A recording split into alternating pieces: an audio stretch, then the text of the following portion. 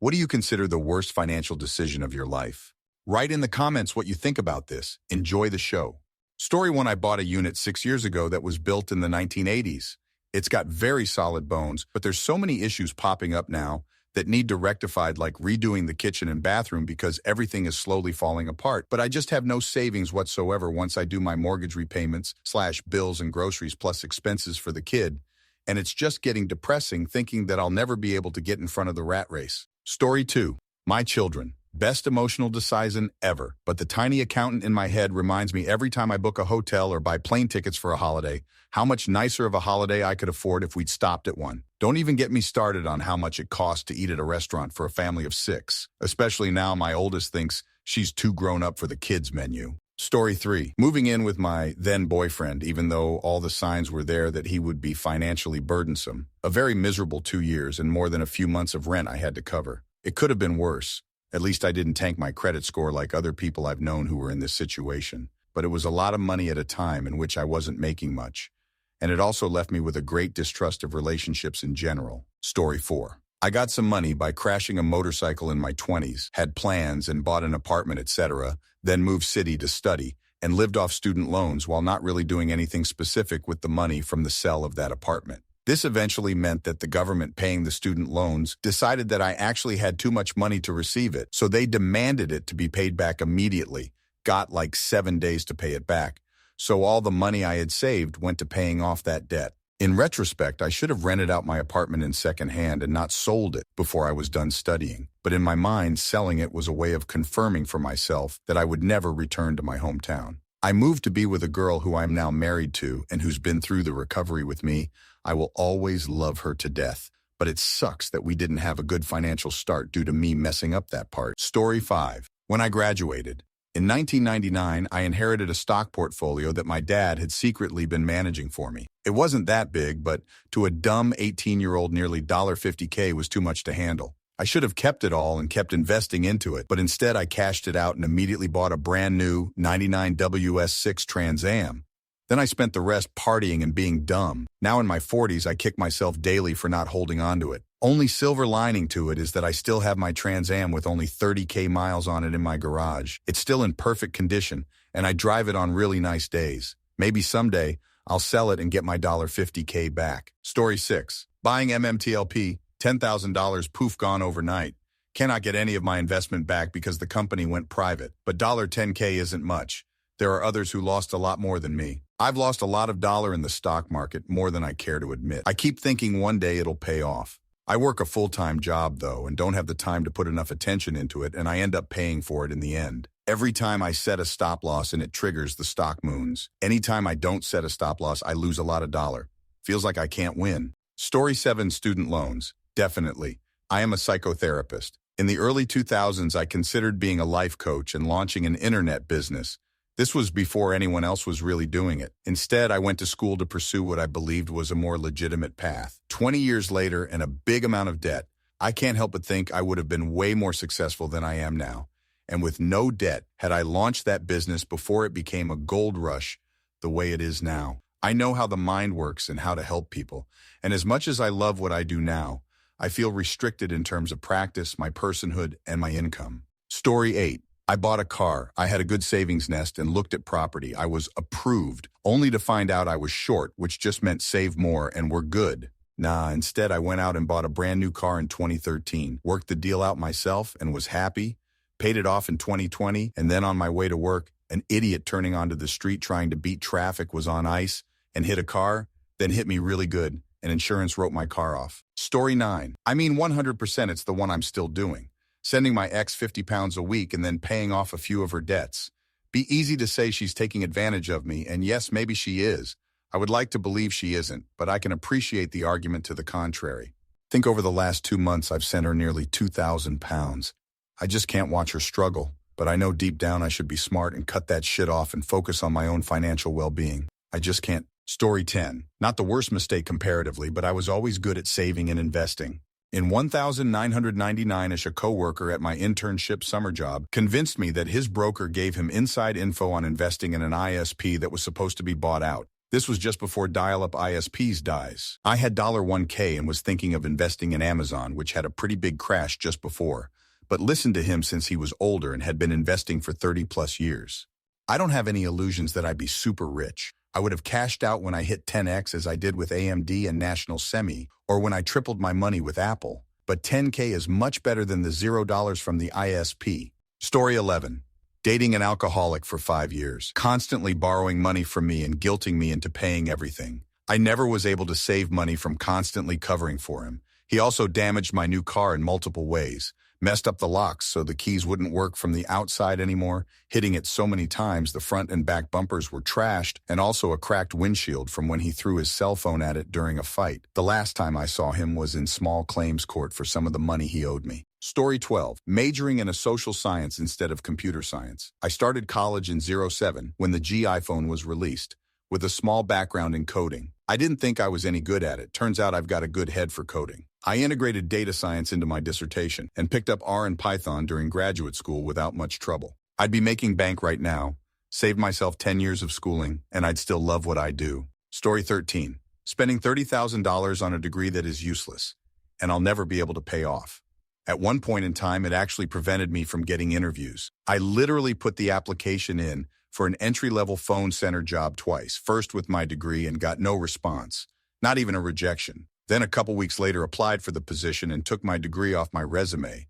Got an invite for an interview less than a day later. Once I told them I had a 4-year degree, it was actually a 7-year degree, but whatever, and got a rejection email the next day. Story 14. I got $35,000 on my 18th birthday from my mom's life insurance policy. She passed when I was 9. I grew up incredibly poor and with an abusive father. And while I was always fairly intelligent as far as school stuff went, I had absolutely zero financial literacy. I wish I could tell you where that money went. The only solid purchase I remember making was my first car, which also bought my freedom from my dad.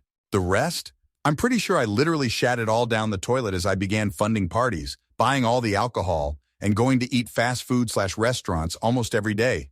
I couldn't tell you. I gained like 95 pounds from 18 to 20, much higher than the average freshman 15 inches in college. I worked part-time for just barely above minimum wage, $7.25 in 2009 to 2010. I was broke again shortly before my 20th birthday, as in negative bank account, no savings account, nothing. I've kicked myself in the ass repeatedly over the past 14 years for being so incredibly dumb. I could have set up a nice future for myself with that jumpstart. Also ended up dropping out of college about 2 years in. I'm now 34, and I live comfortably and modestly, but not without struggle. I've gone through a few life events where I start to build up a decent savings, only to have it wiped out by something happening. I don't think I've had more than $5,000 in my bank account at any given time since I was 19. Story 15. Leaving the chemistry field. I thought I hated it. Turns out O had undiagnosed PTSD from a sexual assault that made me hate everything, and I struggled with work. COVID hit right when I left and was working for Uber and at a cool rooftop bar. I want to back to being a chemist, but it's so hard, despite having a great resume. I've struggled financially ever since, and it's been extremely stressful. I almost lost my house and went into crazy debt. Good news, though. All this brought me to one day meet the love of my life. We live together now, and I'm so happy. I'm still working on getting back to where I was, but having his support and love has made the struggles worth it. Story 16. Not my personally, but my parents. I can't persuade my parents to sell old flat when they moved into their own house. This flat is a white elephant now. It's on the 5th floor, but without elevator. It's 8 kilometers from nearest city, but due to topography and city planning, it need drive an hour to reach most of city parts. And the city is beautiful and with good climate, but it's in the far edge of nowhere. Most people in my country even have no idea where is it. Now, this flat is an empty box without plumbing, furniture, inner walls, and floor cover. Also, electrics is in very bad condition and need to be replaced, but they obsessed with idea of restoring this all and drag me or one of my siblings there. Story 17. Getting forced to take out an $8,000 loan, go to college by a shitty ex who was cheating on me when I was 19 and making $6.50/HR at my shitty part-time job. I've been paying it off with interest for 18 years now and have paid at least triple what the initial loan was for and still owe $2,000. Best part is that the college ended up not even being accredited, so even if I was able to afford to finish the degree, wouldn't have meant anything anyways. Story 18. In 2011, I was 21 years old and living away from home for college. My brother is 10 years older than me and had moved back in with my parents. specifically my room for some reason, a few years before. My parents were paying $500/month for my rent. And while going to school full-time, I worked 4 jobs to pay for utilities, food, etc. I offered to let my brother move in with me to get him out. Dad was ready to evict him and give him opportunities in a new city. Once he got settled in his new job he had lined up, he was supposed to start paying half of rent and utilities. He never did. He even stopped sharing his Netflix account with me, which was the one thing he was contributing to the household. He eventually moved back in with my parents. My mom convinced me to talk to him about the money he still owed me for utilities. We got into an argument. When I walked away, he followed me with violent intent. I had closed the door between us as I went as far away as possible, though. So he kicked a hole completely through the door of his kid's room at my parents' house. He promised my mom he would buy a new one, but it's still broken over a decade later. Anyway, spending my very scarce and hard-earned money to support him during a pivotal time in my life was a terrible decision.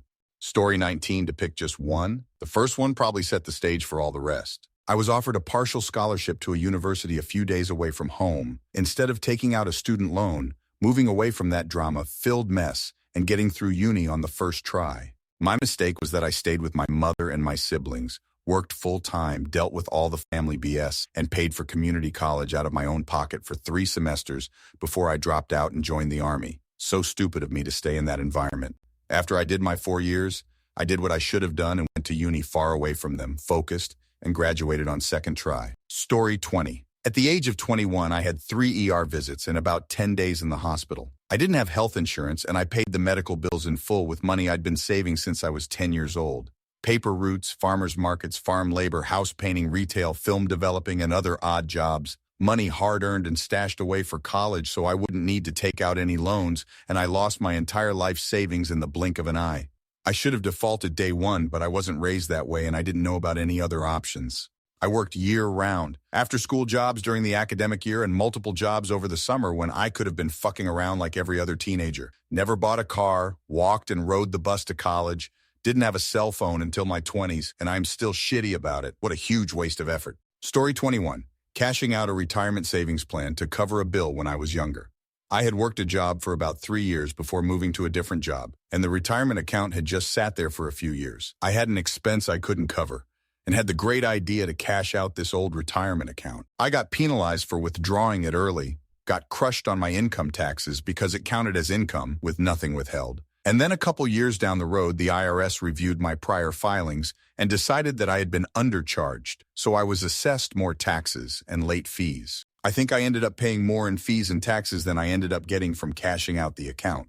Story 22, buying a mobile home. We paid $13,000 for it and put at least $10,000 worth of work into it, and it was still a dump. It should have been condemned. In 2014, it was assessed at $6,000. We sold it in 2015 for $3,300 just to get out of the trailer park. The guy who bought it put a new roof and siding on it. We call it putting lipstick on a pig. Every now and then we'll drive by it, and I wonder if it still leaks like a sieve every time it rains. Story 23. Not contributing more to retirement in my early 20s. Granted, I was playing it kind of tight. I think I've made up for it with a few good property investments, but time will tell. Not having children is going to be my saving grace. I hope. I see a lot of people saying they regret buying a new car. I bought a brand new $20K out the door car Tilda a year out of college. It's 12 years old now and in great shape. I see it lasting another 10 years at least. Some friends bought nicer used cars for basically the same money, but they've already went through a few cars in that time. Story 24. I took a job that paid too much. I knew this when I accepted it and left a really good job because I saw dollar signs. Fast forward to today, another company bought us and guess who they want to get rid of? The highest paid guy here, of course. Now I have 6 months to find something new or downsize my life because most comparable jobs just don't have this kind of salary attached to it. It's a bummer too because I had one of those I made it moments and now it is all being taken away. Guess the old saying, if it's too good to be true, fits here. Story 25, I started a business with a friend, and as I had the better credit score, I took out a lease for an embroidery machine, $15K, and got a company credit card, $5K, for supplies. She was the creative, I was the admin side. After 3 months, she had a mental breakdown and had other health issues and disappeared out of state, leaving me with all the debt, and she took the machine so I could not resell or return it. It took me 5 years to pay it off. And during that time, I missed or was late with payments and tanked my credit for the next few years after I paid it all off. Story 26. I was a freshman in college in 2007. Never met my dad. Mom passed away when I was a teen. I had worked so hard in high school and saved so diligently. I went to college with like $6,000 in savings and a full ride scholarship. Halfway through my first fall term, my half-sister, about 10 years older than me, calls and asks to borrow some money for rent for her and my nephew. So I wire her some money. Next month, same thing. I mentioned this to an aunt who tells me to stop. By the end of my first term, I was down to approximately 1,000. Ended up taking on a handful of part-time jobs between classes to keep things rolling. Took me 5 years to get back to that level of savings. She's never paid me back, and I've so rarely heard from her since the first time I said, I don't have any more money to spare. Story 27. Refinancing my house right as the 2008 crash was about to hit to set up an e-commerce website. I thought it would make me a handsome passive income from people ordering on the automated website and getting their stuff drop-shipped. Thought the direct deposits would just fall like rain into my account. Well, it turns out that everyone and their brother was entering that space at the same time, and competition drove the markup to practically pennies above wholesale cost, even on a $500 item. Turns out the whales who got in early enjoyed a 10 to 15% volume discount and were still profitable at those middling price points. Then the stupid questions. It was like people were getting paid to ask one idiot thing after the next, one email at a time, only to not spend a dime. Only thing worse than these were the ones who asked nothing, just went straight to ordering totally the wrong thing, then demanded free return. Then the scammers, ordering a high scrap value item new, filing a chargeback claiming it never arrived despite tracking, and literally hours blown to get each case resolved with the CC companies. I spent 2 months and 5 figures setting it up. Then I threw in the towel, closed it, and walked away less than a month in. I was stuck with that very high interest mortgage for way too long because of the market crash. Had I not taken that loan, I would have paid my house off about 2 years before COVID hit. What happened instead was 18 months of 2 weeks to flatten the curve completely killed my business because nobody needed my services when not driving. I fell way behind on home mortgage and shop rent, and long story short, had to give up both. Thank you very much for watching. If you liked the video, like it. Be sure to write comments and share your stories.